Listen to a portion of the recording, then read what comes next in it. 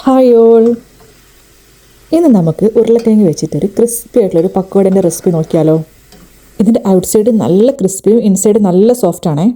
അധികം ടൈമൊന്നും എടുക്കാതെ വീട്ടിൽ ഇൻഗ്രീഡിയൻ്റ് കൊണ്ട് തന്നെ പെട്ടെന്ന് ഉണ്ടാക്കാൻ പറ്റുന്ന ഒരു സൂപ്പർ സ്നാക്കാണ് ഇത്.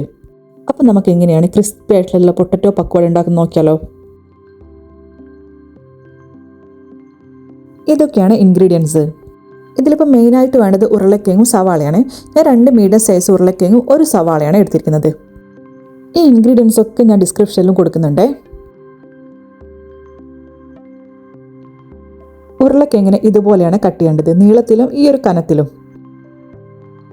ഇനി ഈ ഉരുളക്കിഴങ്ങിനെ ഒരു ബൗളിലോട്ടേക്ക് മാറ്റാം. ഈ മിക്സ് ചെയ്യാനുള്ള ഈസിക്ക് വേണ്ടിയിട്ടാണ്.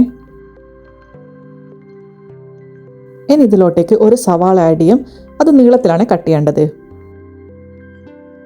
ഇനി ഇതിലോട്ടേക്ക് 1 table spoon ginger garlic paste add ചെയ്യാം. ഇനി ഇതിലോട്ടേക്ക് 2 പച്ചമുളക് ആഡ് ചെയ്യാം. അത് നീളത്തിൽ കട്ട് ചെയ്ത് തന്നെ മതി കേട്ടോ. ഇനി കറിവേപ്പില ആഡ് ചെയ്യാം. കറിവേപ്പിലൊക്കെ അങ്ങനെ കണക്കില്ല, പക്കോടയിലൊക്കെ കറിവേപ്പില എത്ര ഇട്ടാലും ടേസ്റ്റ് കൂടുകയുള്ളൂ. ഇനി മല്ലിയില ആഡ് ചെയ്യാം. മല്ലിയിലൊക്കെ അങ്ങനെ കണക്കൊന്നുമില്ല, നിങ്ങളുടെ ഫ്ലേവറിന് നിങ്ങൾക്ക് ഇഷ്ടമുള്ളത്ര ആഡ് ചെയ്തോ. ഇനി മസാലയ്ക്ക് ആവശ്യമുള്ള ഉപ്പിട്ട് കൊടുക്കാം. ഇനി ഇത് നല്ലപോലെ ഒന്ന് മിക്സ് ചെയ്തെടുക്കാം.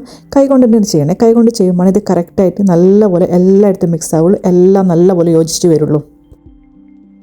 ഇനി ഇതിനെ നമുക്കൊരു 10 മിനിറ്റ് റെസ്റ്റ് ചെയ്യാൻ വേണ്ടി വെക്കാം. അപ്പോഴത്തേക്ക് ഇതിൽ നിന്ന് വെള്ളമൊക്കെ ഇറങ്ങി വരും. 10 മിനിറ്റിന് ശേഷം ഇത് തുറന്നിട്ട് ഇനി ഇതിലേക്ക് ബാക്കി ഐറ്റംസ് ഒക്കെ നമുക്ക് ആഡ് ചെയ്യാം. ആദ്യം നമുക്ക് ഇതിലോട്ടേക്ക് 1 ടേബിൾ സ്പൂൺ അരിപ്പൊടി ആഡ് ചെയ്യാം, എന്നാലാണ് നല്ല ക്രിസ്പി കിട്ടുള്ളൂ. ഇനി ഇതിലോട്ടേക്ക് 2 ടേബിൾ സ്പൂൺ മൈദ ആഡ് ചെയ്യാം. ഇനി ഇതിലോട്ടേക്ക് 1 ടേബിൾ സ്പൂൺ കടലമാവ്. ഇനി ഇതിലോട്ടേക്ക് 1 ടേബിൾ സ്പൂൺ കോൺഫ്ലോറും കൂടി ആഡ് ചെയ്യാം. ഇനി നമുക്ക് ഇതിലോട്ടേക്ക് സ്പൈസസ് ആഡ് ചെയ്യാം.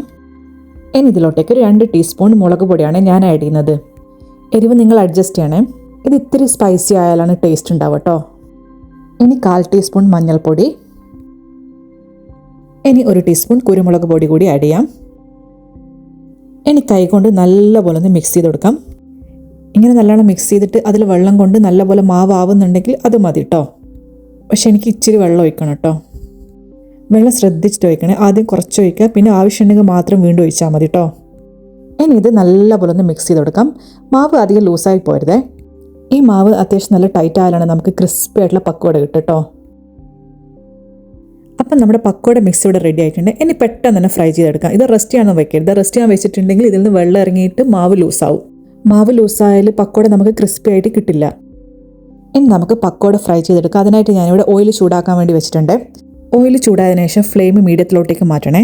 ഇങ്ങനെ ചെയ്തില്ലെങ്കിൽ പക്കോട പെട്ടെന്ന് കരിയുകയും ചെയ്യും, പുറം ഭാഗം ഉള്ളി വെന്ത് കിട്ടില്ല, അതുകൊണ്ടാണേ. ഇനി ഈ മിക്സിന്ന് ചെറിയൊരു പോർഷൻ എടുത്തിട്ട് നമുക്ക് എണ്ണയിലോട്ടേക്ക് ഇടാം.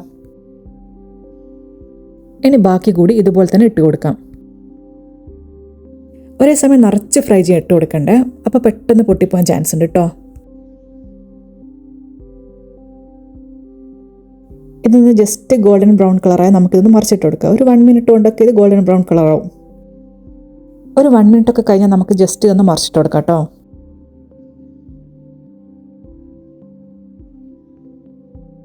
ഇത് ഉള്ളിവടയെല്ലാം ചെയ്യുമ്പോൾ പെട്ടെന്ന് തന്നെ വറുത്ത് വരാൻ പറ്റില്ല. ഇതിൽ ഉരുളക്കിഴങ്ങിൽ അതൊന്ന് ഫ്രൈ ആവണ്ടേ, അതിന് കുറച്ച് ടൈം എടുക്കും. ഇത് ഇടയ്ക്കിടെ തിരിച്ചും മറിച്ച് വിട്ടിട്ട് നല്ലപോലെ ഫ്രൈ ചെയ്തെടുക്കണേ.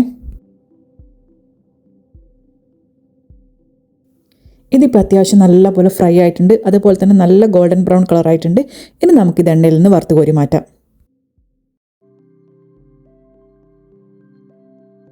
അപ്പം നമ്മുടെ ടേസ്റ്റി ആയിട്ടുള്ള ക്രിസ്പി പൊട്ടറ്റോ പക്കോട ഇവിടെ റെഡി ആയിട്ടുണ്ട്.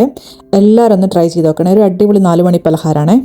ട്രൈ ചെയ്ത് ഫീഡ്ബാക്ക് കമൻറ്റിലൂടെ പറയണേ. നിങ്ങൾക്ക് എൻ്റെ ചാനൽ ഇഷ്ടമായാൽ വീഡിയോ കണ്ടു ലൈക്ക് ചെയ്തും സബ് ചെയ്തും സപ്പോർട്ട് ചെയ്യണേ. അതുപോലെ തന്നെ ആ നോട്ടിഫിക്കേഷൻ ഒന്ന് ഓൺ ആക്കണം. അപ്പോൾ നിങ്ങൾക്ക് എൻ്റെ വീഡിയോസൊക്കെ കറക്റ്റായിട്ട് കിട്ടും. Thank you for watching.